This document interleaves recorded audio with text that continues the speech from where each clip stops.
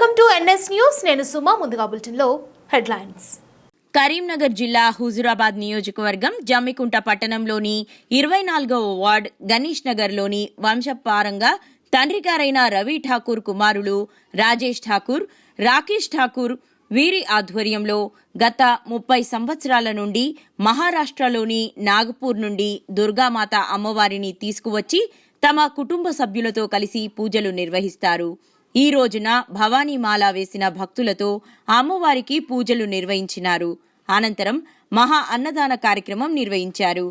ఈ కార్యక్రమంలో MRO Ramesh, municipality chairman Takkalapalli Rajeshwararao, వ్యవసాయ మార్కెట్ కార్యదర్శి మల్లేష్, వార్డు కౌన్సిలర్ సాయిని రమ కుమారుడు రవి, బీజేపీ ఎస్సీ మోర్చా జిల్లా కార్యదర్శి రాజేష్ ఠాకూర్, బీజేపీ పట్టణ కార్యదర్శి రాకేష్ ఠాకూర్, కార్యదర్శి మోడం రాజు, నాంపల్లి అనిల్, ఎండి రాజ్, విజయేందర్, నాగపురి విజయ్, ఎండి ఫర్ మొహమ్మద్ భక్తులు అధిక సంఖ్యలో పాల్గొన్నారు.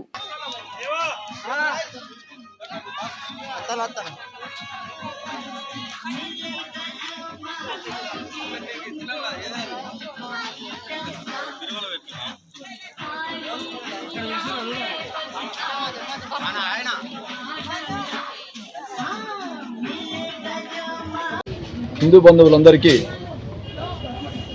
మా సోదరులైనటువంటి రాకేష్ ఠాకూర్, అదేవిధంగా రాజేష్ ఠాకూర్కి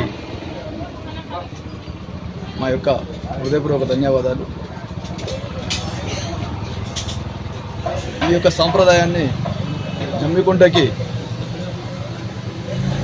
వారి తండ్రి గారైనటువంటి క్రీస్తు శిష్యులు ఠాకూర్ గారైనటువంటి వారు పరిచయం చేయడం జరిగింది. అయితే ఇది కొంతమందికి తెలియకపోవచ్చు. హిందూ భావజాలంను పూర్తిగా హిందూ భావజాలంతో పాటుగా హిందూ యొక్క మూలాలను వారు గుర్తు చేసినటువంటి వారు ఇక్కడ ఠాకూర్ గారే. వారి వారసత్వాన్ని, నాన్నగారి వారసత్వాన్ని పుణుకుపుచ్చుకొని తన కుమారులైనటువంటి రాజేష్ ఠాకూర్, అదేవిధంగా రాకేష్ ఠాకూర్ గారు ప్రతి సంవత్సరం విధి తప్పకుండా 9 రోజులు నవరాత్రి ఉత్సవాలను వారు జరపడం జరుగుతుంది. అదేవిధంగా ఒక వినూత్నమైనటువంటి కార్యక్రమాన్ని వాళ్ళు నిర్వర్తించడం జరుగుతూ ఉంటుంది.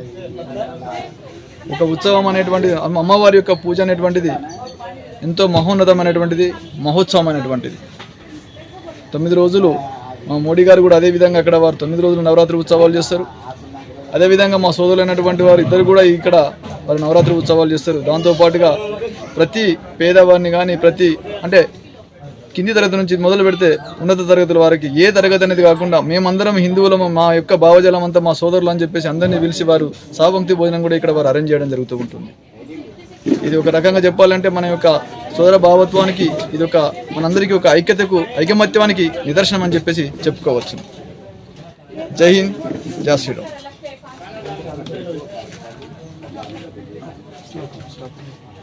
बोलो दुर्गा माता की जय, जय भवानी, जय भवानी, जय भवानी, जय भवानी, जय श्री राम, जय श्री राम, जय श्री राम, जय श्री राम, जय श्री राम.